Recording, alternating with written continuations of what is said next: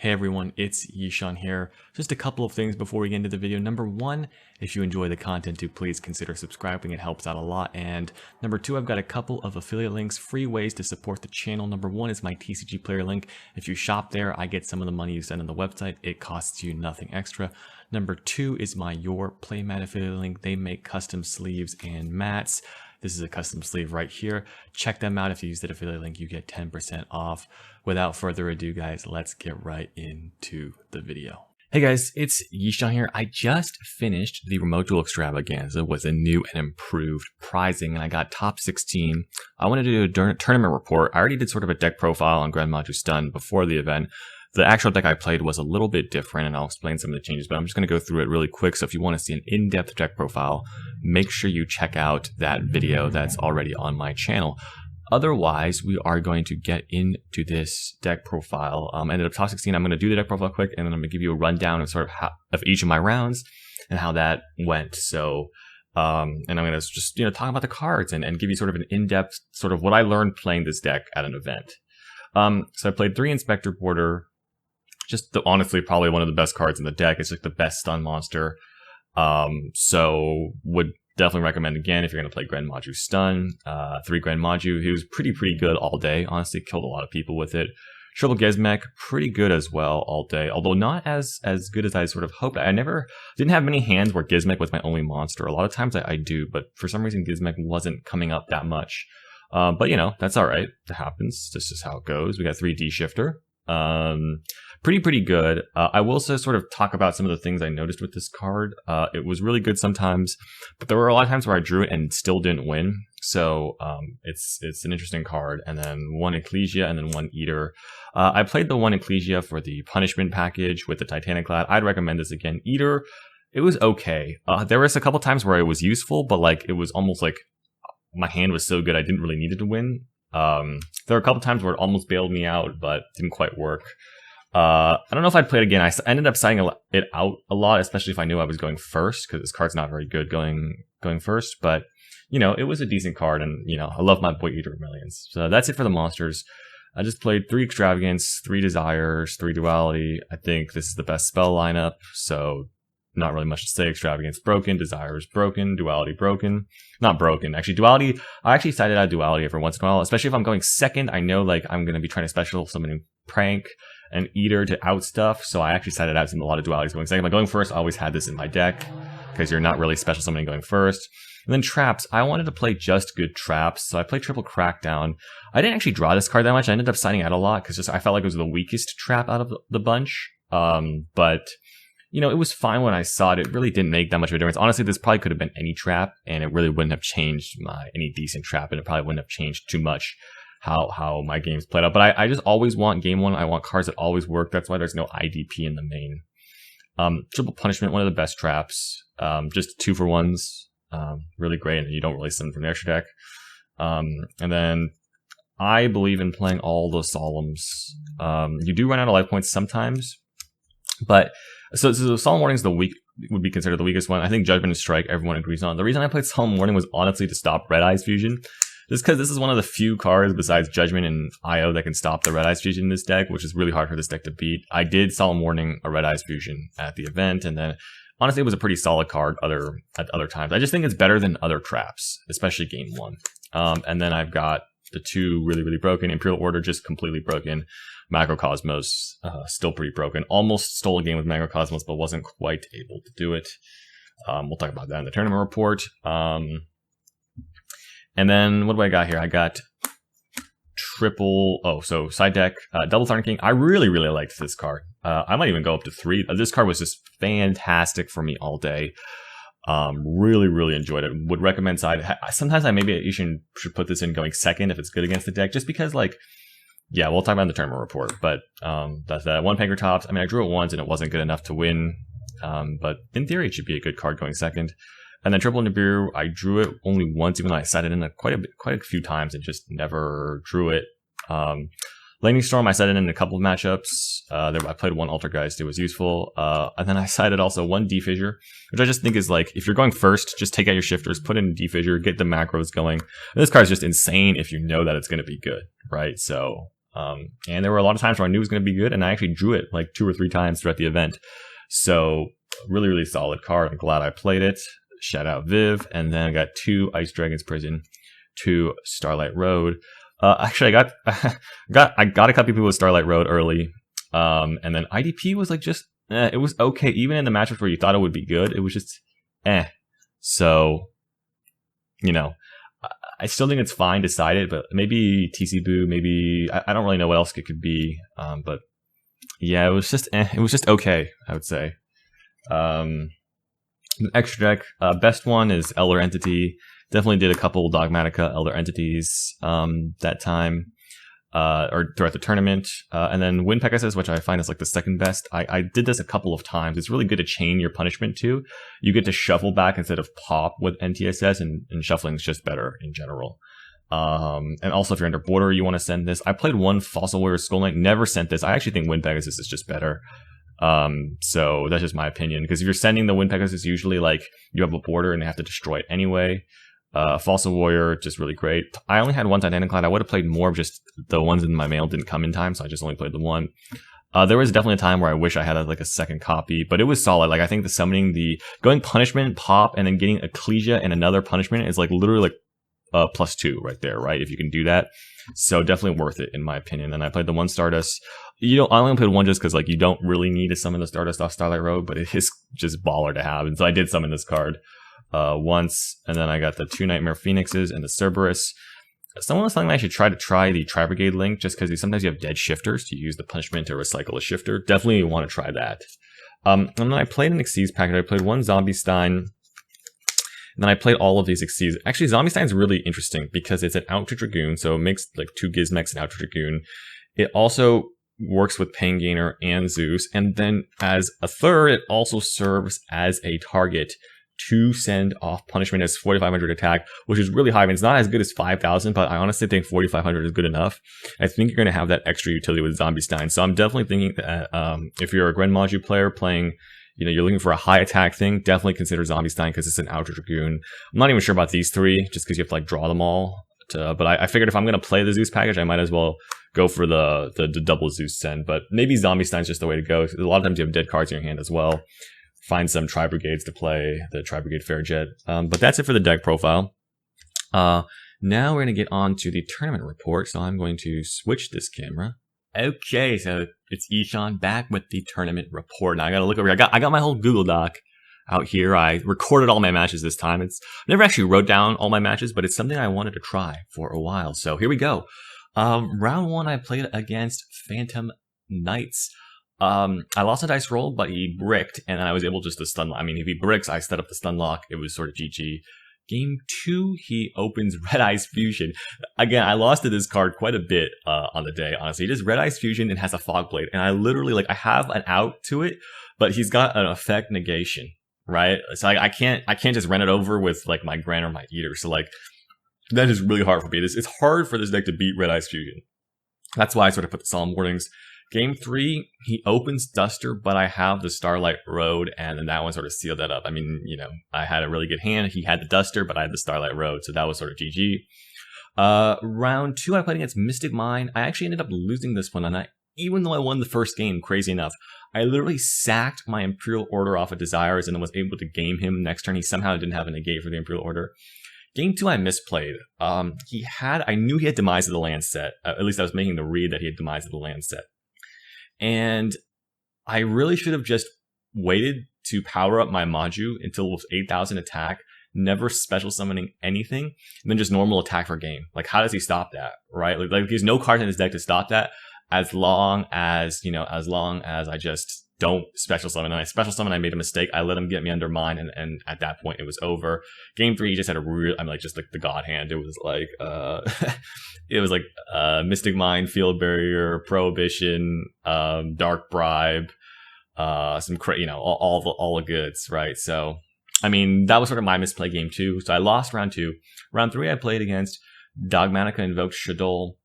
Lost the dice roll. He had the Dragoon Mechaba sort of combo game 1, and just can't beat that with the stun deck. So on to game 2. Game 2, I had Dimensional Fissure. It was an awkward game though, because I had a lot of ice dragons and punishment sets. I didn't really have like good ways to out his cards. Luckily he didn't know how, like, he sort of forgot that he was under D-Fissure. He activated Nadir Servant, and thank God, because I think if he went Predaplant and went into Dragoon, I would have lost. And then game 3, he only ended on a Mega Buzz, so I was like looking good because I didn't open any like D shifters and stuff. I have 5 traps in my hand in border. I decided I think I can play this. I try to play around Harpies a little bit / Lightning Storm, because I feel like I only need 3 to stop him the next turn, because his hand was only Mecha Butt, right? So I figure his hand's pretty weak. So I set 3. He does Harpies me, and then I chain Punishment to pop his Mecha Butt, and then I send Titanic Cloud, but he isn't able to out my border, which is great. So even though he Harpies me, he's not able to out my border because his Mecha Butt is dead.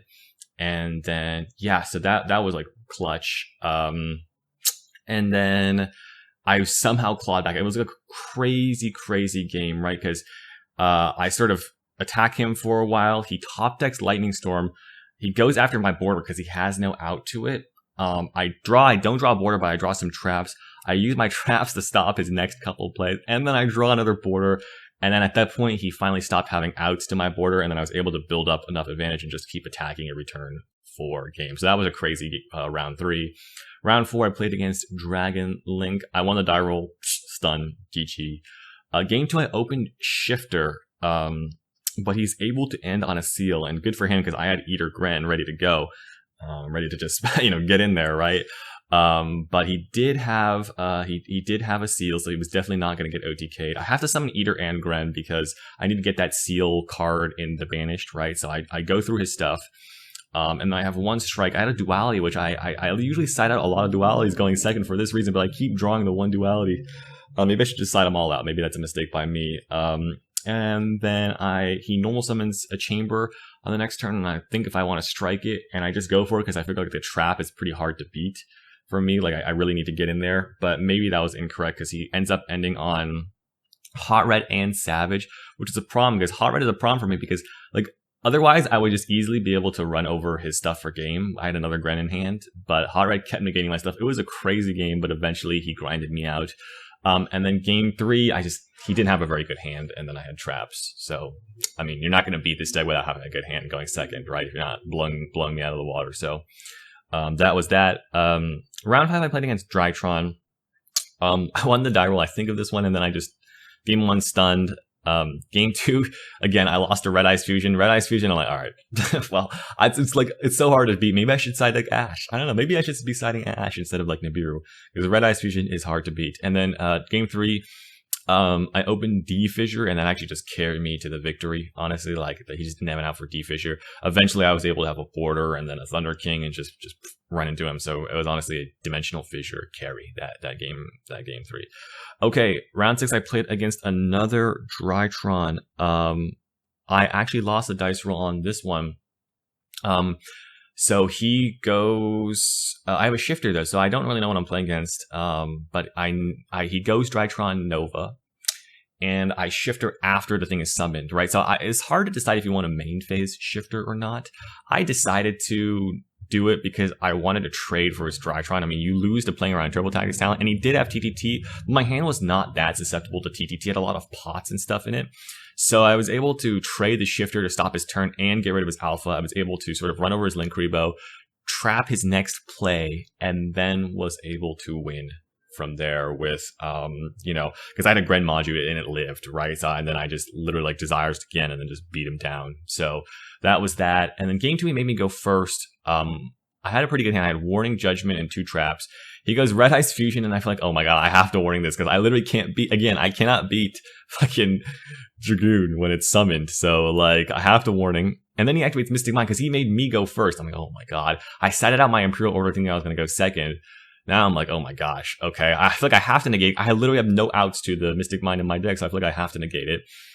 And then, luckily, just barely my traps are able to hold out that game. I had a cool little trick where he went Diviner, try to pop my Punishment. I chain Punishment, pop his Diviner, send the Wind Pegasus, when the punishment is destroyed by his NTSS that he sent off his diviner, I get to shuffle back his Drytron, so that was pretty clutch. I'm not sure if it mattered that it was in his grave or in his deck, but it's definitely better than the Drytron being in the grave, that's for sure. And I just barely had enough traps to stop him, so that was really close. I think if he actually played the other way and then played the mine on me, I would have been in really, really big trouble. Round 7 was Altergeist, and I lost the dice roll. And I had this problem. So he Melffy, and I have the shifter. It's like, great, oh wow, I'm drawing shifter, that's fantastic. I'm hopefully stopping his multi-figure plays, which I didn't, but you know, at least I'm stopping him from searching. The problem is that this happened to me, this is like the first time it happened to me where I shifter and I don't have a monster to pressure the monster that he normaled, right?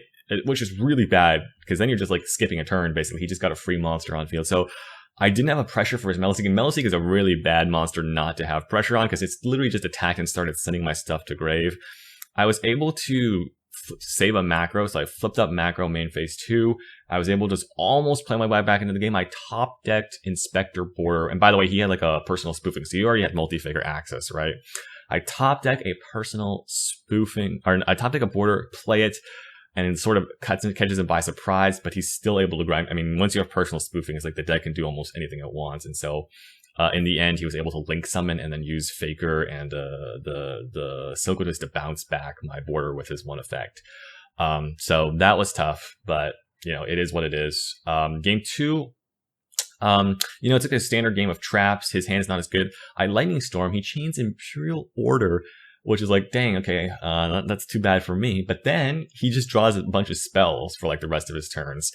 And I literally am able, I have like a Desires. Luckily, the order expires on my turn. So then I can just Desires, I draw a monster, attack his life points, GG, right? So that was like a really long order game. Game 3, we're in time because we just played like a 20 turn, not like a 20 turn game, but like really long game because, you know, there was an Imperial Order on the field last game that just lasted the whole game. I'm pretty sure I'm going to lose. Like I know he has Faker. I know he has Dogmatica punishment set. He already has me being on life points by a little bit. I extrav into a Gren Maju, and this Gren Maju is just enough attack because he Cosmic. I used a Wind Pegasus, which is also banished, and I have 6 banished cards. That makes a Gren Maju 3,200 attack. And then I normal it. I'm like, okay, if you have a trap that you can activate or something to stop this Gren, like I lose. He has punishment and strike, and he cannot activate either one because he banished his 5-headed dragon off Pot of Prosperity. So I'm actually able to sneak in there for time. And that locks in top 32. I'm X1, but there's only one more round left. Round 8, I played against Anthony Xu, which I'm hopefully getting his deck profile later. He's playing Melffy Tri-Brigade. I think he's in top 8 right now, the moment I'm recording this video. He has a really cool deck, Melffy Tri-Brigade. Game 1, he has this crazy Obedience School combo. No shifter, so I lose. He went first. Game 2, I barely stun him out. If he had one extra Tri-Beast in his hand, he could have Karist and just Shreg 1, but he didn't, so I was able to just steal that one. And then game 3, he makes me go first. He Lightning Storms, I Judgment, he Obedience Schools, I Judgment, and then he activates another Obedience School, and then I'm like, okay, it's done. I lost. So that Obedience School is not once per turn, by the way. So yeah, I'm really looking forward to getting that Melffy deck profile. I think Anthony has a really fantastic build of that, so definitely look forward to that. Top 32. Now we are here on the second day. I get matched up against Dogmatica and Invoke Shadol. I win the dice roll. I get to go first. And I just have like Extravagance, but it gets ashed. So I just have 4 traps, right? He bricks though, and then I just top deck Border, and then that's the win, right? So game 2, I don't draw like Shifter or anything like that. He goes Meltdown, Nadir Servant. Okay, GG. Game 3, I have the God Hand. I literally open Thunder. I Extravagance into a Thunder King. Thunder King D-Fissure set for pass. I mean, that's just insane. He actually almost played his way out of it. He had a Mind Control, and then he was almost trying to Invocation away my precious Thunder King. But I was able to actually stop him. So I Dogmatic punishment. His Alistar that he summoned without searching, and then I popped his just with like a NTSS. He activates the invocation, but I have the Judgment ready for that. And then, so basically his Mind Control expires because he can't attack with it or tribute it or anything like that. So it just comes right back to me. And then basically I actually, in the meantime, after like now that I have some sets cleared up, I was actually able to draw into Imperial Order. And once you draw Imperial Order, I mean, the game's basically over. So even though he had an Imperm for my Thunder King on the following turn or something, it just wasn't enough. And then that was game 3. So yeah, top 16 I played against at Ignister. I won the dice roll again, and then I went first, border stun, GG. So, not much to say about that game. Game 2, I opened a shifter. And this again happened to me where I shifted and then didn't have a monster to beat over his monster. And then just my traps were not able to hold on because he's just started with a free monster. Like, it's really hard to win like that, right? Especially against a deck like that. So maybe I should have started in that Thunder King going second for that. But it's, you know, like if I had like just like an Eater or like a Pankratops, I mean, maybe that would have been good, but just didn't have a monster to capitalize on the shifter. I actually lost that game. Game 3, I have a pretty interesting hand. I have Inspector Border, Gren, Gizmek, and then I duality into a Judgment, and I have a Punishment, right? So I normal the border set to pass.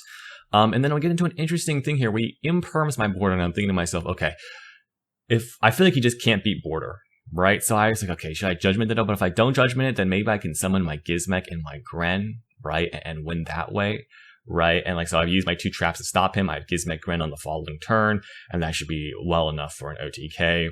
But I was trying to think about it as, okay, well, if I don't Judgment this, right, I have 2 traps to stop 2 of his plays.